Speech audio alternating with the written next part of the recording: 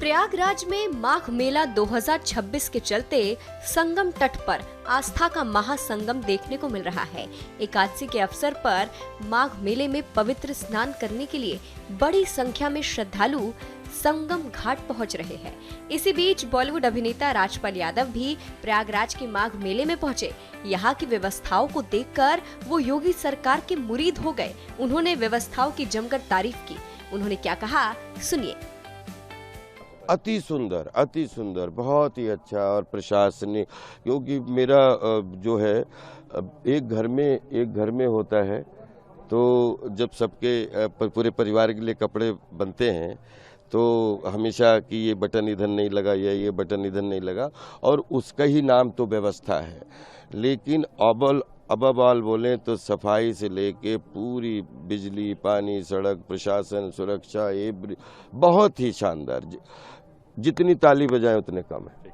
2002 से इधर जो है प्रयागराज को धीरे धीरे, पहले तो डुबकी के माध्यम से, तो पूज्य दद्दा जी ने जिस तरीके से प्रयागराज की धरती पे 20 साल और पूरे विश्व की महिमा समझाई है बड़े साधारण शब्दों में, तो मुझे लगता है कि अगर मैं कलाकार कितना भी बड़ा होता, लेकिन अगर जीवन दर्शन पूज्य दद्दा जी से नहीं सीखा होता तो इतना रिलैक्स बोलते हैं, शांति और शक्ति और भक्ति और सफलता पे विश्वास करके जीवन को समझने का ये मौका नहीं मिलता। मैं इस धरती का ऋणी हूँ, दद्दा जी का ऋणी हूँ। एक माता, एक पिता, एक गुरु। जीवन में हाफ सेंचुरी में 500 चरित्र लगभग बचपन से लेके अभी तक जी डाले, तो 500 जीवन जी लिए, तो 500 जीवन भी रहूं तो अभिनेता ही रहना चाहता हूं। और बोलते हैं जिस माँ ने जन्म दे दिया पता नहीं आगे न जन्म मालूम न मरण मालूम, ये दद्दा जी ने समझाया। लेकिन यही माँ मिल जाए, यही पिता मिल जाए, यही गुरुजी मिल जाए, यही दद्दा मिल जाए और यही कला जीने का मौका मिल जाए तो 500 जीवन कुर्बान है।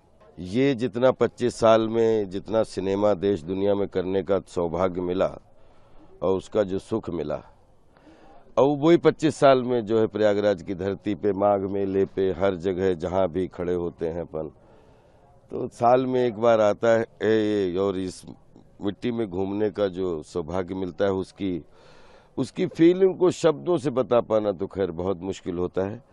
लेकिन हमेशा आता हूँ तो प्राउड फील होता है और बहुत अच्छा लगता है कि एक मनोरंजन के माध्यम से कुछ करने का सौभाग्य मिल रहा है और कुछ आध्यात्मिकता के माध्यम से कलात्मकता जीने के लिए कुछ जो है सुकून मिलता है, सुख मिलता है। सर, मकर का आज पर्व है, मकर संक्रांति है और आप प्रयागराज में हैं, क्या कहेगा? विशेष स्नान भी किया जाता है। 2026 की मकर संक्रांति है। पूरे देश दुनिया को बस यही कह सकता हूँ कि सारा संसार एक परिवार, वसुधैव कुटुंबकम। ये प्रयागराज की धरती से बस यही कि धर्म की जय हो, अधर्म का नाश हो, प्राणियों में सद्भावना हो, विश्व का कल्याण हो, हर किचन का कल्याण हो।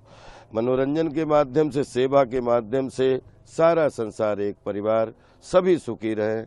मकर संक्रांति की जो पतंगे हैं आपके जीवन में उन्नति की तरह उड़ें और सब अपना ख्याल रखें, अपने पड़ोस का ख्याल रखें, अपने संसार का, अपने। Love you all. सर, कला को और आध्यात्म को आप किस तरह से देखते हैं और किस तरह से उसको जुड़ाव इसमें देखते हैं? क्या बदलाव आ रहा है? कला तो आज नहीं, हजारों सालों से आध्यात्मिकता का जो है प्रमाण है, और कला जो है वो 100% आध्यात्मिक है। कला एक विज्ञान है, मनोरंजन एक विज्ञान है। जिस दिन मनोरंजन के विज्ञान को समझने की थोड़ी सी, जैसे इतना बड़ा सागर है कि जिसको एक जन्म में समझ पाना बहुत मुश्किल है, लेकिन एक चीज कह सकते हैं, जैसे H2O का जो मजा होता है साइंस में, जिस दिन मनोरंजन का वो नशा और वो कैसे आता है वो तो ऊपर वाला जाने, जो आंखें बनाता है। लेकिन मनोरंजन के विज्ञान को जीने का जो मजा है, दुनिया की हर जटिलता को फेस करने का, और ब्रह्मांड के नीचे और नेचर के पुत्र बन के, बोलते हैं कला अपनी माँ है, नेचर अपनी नानी है। माँ से पंगा ले सकते हो, लेकिन नानी से पंगा लोगे तो हमेशा के लिए कुड़मुड़ी बन जाती है। तो मैं हमेशा कला, विज्ञान और नेचर, इनको सबको एक दूसरे का द्योतक मानता हूँ ब्रदर। और इसलिए जब आपको प्योरिटी से जो भी कला जीनी है, जैसे बोलते हैं जीवन जीना है, तो जीवन एक रियल है और कला जो है वो रील है। तो रियल के इंस्पायर्ड होके कुछ हर कोने के बढ़िया बढ़िया कुछ इंसिडेंट जिसमें हर किचन का मतलब ब्लड सर्कुलेशन अच्छा हो, तो मैं कला, विज्ञान और जीवन तीनों को एक दूसरे का, तीनों का 3 डायमेंशनल 2 तक मानता हूँ और मैं एंजॉय करता हूँ। आध्यात्म के क्षेत्र में आप काफ़ी सालों से दत्ता जी के यहाँ आते भी हैं, क्या बदलाव देखने को मिल रहा है अपने जीवन में और कितना आपको इससे आध्यात्मिकता, देखिए सबसे अगर आप जाएं, जिनका कोई डॉक्टर नहीं होता है उनको एनिमल बोलते हैं, और उनको कैसे नेचर के साथ में पूरी ज़िंदगी अपनी प्रॉपर तरीके से जीते हैं। अगर उनको कोई मारे ना, या उनको कोई हमला ना कर दे, या बड़ा जानवर कोई उन पे ना कर दे, तो सब अपनी अपनी ज़िंदगी जीते हैं और विज्ञान के साथ जीते हैं, नेचर के साथ जीते हैं। तो मुझे ऐसा लगता है कि जब वो जी सकते हैं बगैर डॉक्टर के, तो हमारे पास तो 400 सुविधाएं हैं अलग अलग, तो हमें तो बहुत सारी सुविधाएं मिली हुई हैं, तो हमें तो और कलात्मकता से जीना चाहिए। विज्ञान, आध्यात्मिकता और प्रयोग और जितने भी सृजनशील वर्क हैं, उसमें कलाकार, चित्रकार, कहानीकार, पत्रकार, कथाकार, गीतकार, संगीतकार, निर्माणकार, हम सब आते हैं। हम कहीं न कहीं एक दूसरे के कजिन ही हैं, और जो कंप्लीट आध्यात्मिकता से जीवन में वो रियल चीज़ें जीने की कोशिश करते हैं।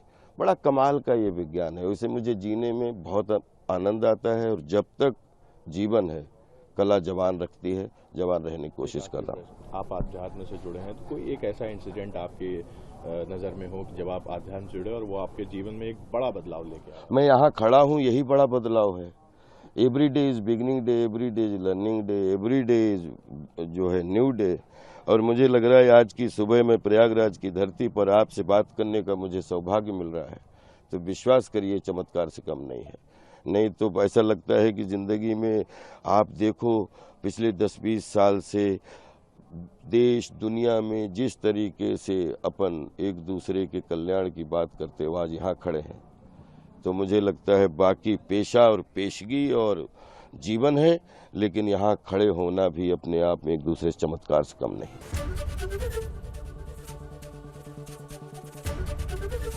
एबीपी गंगा, खबर आपकी, जुबान आपकी।